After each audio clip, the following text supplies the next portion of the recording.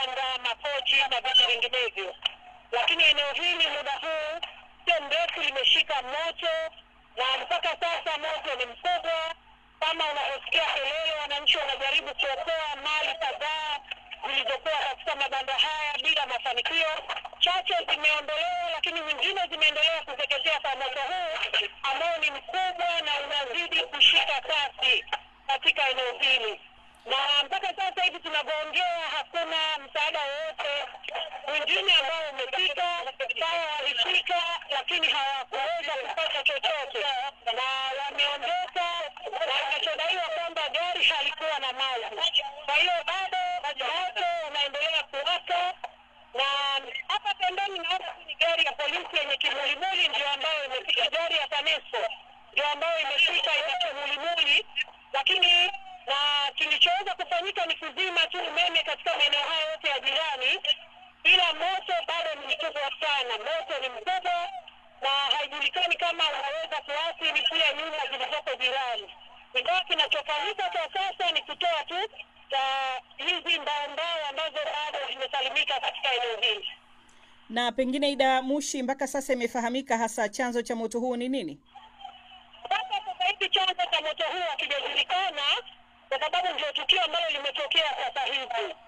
Na kifupi, taria moto ni mkubwa sana na watu ni wengi ambao wamejitokeza kwenye eneo hili, na baadhi yao wachache ndio kama hivi unasikia wanaendelea kujaribu kuokoa mbao ambazo ziko hapa. Kama unavyosikia kelele hizi ni mbao, kisikia kidogo, hizi ni mbao ambazo zinatolewa kwenye hizi nyumba ambazo zinaendelea kuteketea kwa moto hapa. Kinachoteketea kwa moto ni nyumba ama ni mbao, Ida Mushi? Ni nyumba pamoja na bidhaa zilizokuwa ndani ambazo ni bidhaa za mbao kama vitanda,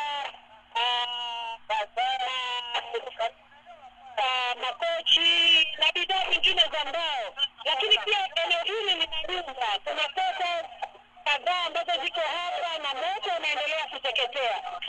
Lakini mbali na mbao hizo ambazo zinateketea, pengine moto huu umeleta madhara kwa binadamu? Sasa hivi haiwezi kujulikana kama kuna madhara yote kwa binadamu, kwa sababu eneo lilotanda moto ni sehemu kubwa sana na nyumba pia zinateketea. Sasa haijulikani kama ndani kuna watu walikuwemo na wamenusurika au wameungua, kwa sababu nyumba ziko kadhaa katika eneo hili. Yaani karibu nyumba nyingi ziko eneo hili, ni karibu kipande fulani cha kota, nyumba kadhaa ambazo ziko katika eneo hili na zote zinawaka moto. Umetueleza kwamba umeona gari la TANESCO limefika hapo. Limefika kufanya nini? Pengine kukata umeme ama nini hasa ambacho kinachoendelea baada wao kufika katika eneo hilo la tukio? Kwa kweli muda mchache baada ya moto kuanza, TANESCO walizima umeme na wao ndio wamefika hapa. Sasa hivi ndio wanashusha ngazi, kielewi ambacho wanataka kukifanya baada ya kushusha hii ngazi yao. Ila zimamoto wenyewe walifika eneo hili na kugeuza na gari yao. Na kwa mujibu wa wananchi ambao nimewakuta hapa, wao wanasema kwamba zimamoto gari haikuwa na maji na wameenda kuchukua maji. Kwa hiyo hawakufanya chochote.